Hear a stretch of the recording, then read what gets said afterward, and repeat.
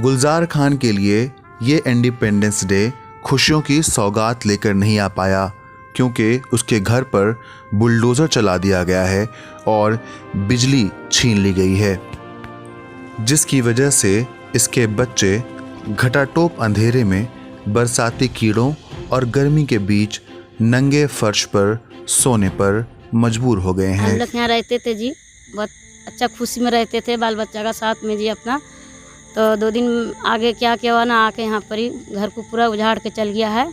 हम लोग बहुत अभी दुखी में रहते हैं जी।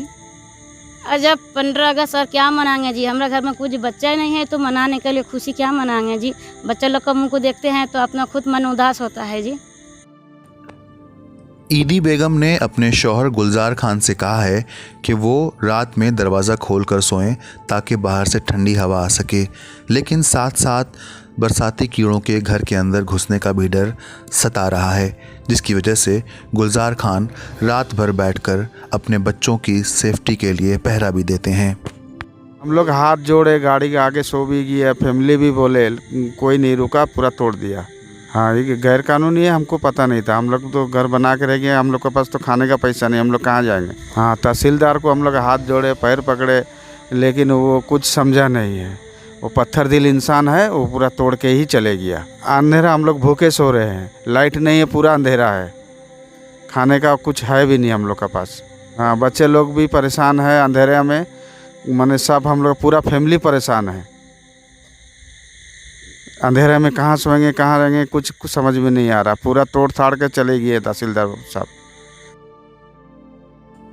ये टूटे हुए और बिखरे मलबे गरीबों के दुख दर्द की कहानी बयान करने के लिए काफ़ी हैं, लेकिन अफसोस की बात यह है कि एक तरफ जब देश में कोरोना काल की महामारी है, उस वक्त राउरकेला शहर के पानपोस पोस्टमार्टम एरिया में कई लोगों का घर बुलडोज़र से तबाह कर दिया जाता है, जिसकी वजह से कई खानदान घर से बेघर हो जाते हैं।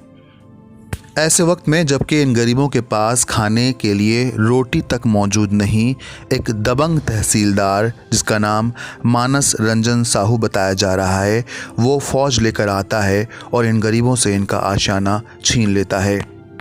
ये यंग तहसीलदार जिन्होंने हाल ही में यूपीएससी क्लियर किया है और बहुत जल्द बड़े अफसर बनने वाले हैं, उनके सामने एक बूढ़ी माँ अपने घर को बचाने के लिए गिड़गिड़ाती रही, लेकिन उनके कान पर जून तक नहीं रेंगी।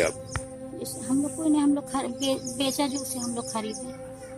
कितना पैसे में खरीदे थे? हम लोग 80,000 75,000 रुपये डिसमिल खरीदे। कितने डिसमिल जमीन है? हम लोग 4 एक खरीदे, 3 घर बहन का है। बाहर आए हैं तो तहसीलदार जब अपनी फ़ौज लेकर इनके घरों को तोड़ने पहुंचे तो इस बूढ़ी माँ ने डीएम और लोकल एमपी के ऑफिस फ़ोन कर फरियाद और गुहार लगाई, लेकिन इन्हें कहीं से भी कोई मदद नहीं मिली।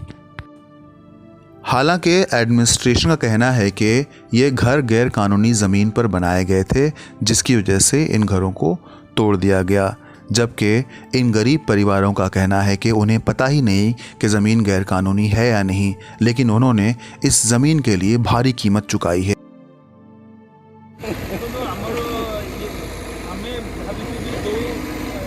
रास्ता को जबरदखल करके पानपोस रे आपण देखिए एवं जो जेसीबी आसी पार्ला रास्ता को जबरदखल कर फायर ब्रिगेड भी जापर कौन किसी एक्सीडेंट है।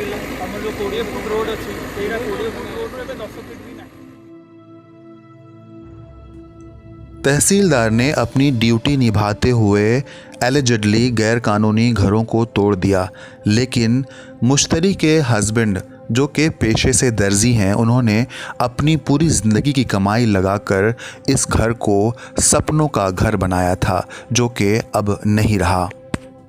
सबसे चौंका देने वाली बात तो ये है कि इन गरीबों से उनके आशियाने उस वक्त छीने गए जबकि देश में कोरोना की महामारी चल रही है। लोग कहाँ जाएंगे सर, हम लोग बूढ़ा बूढ़ी लोग हैं सर, हम लोग कहाँ जाएंगे। हम लोग 3-4 महीना टाइम दिए सर, अभी करना है।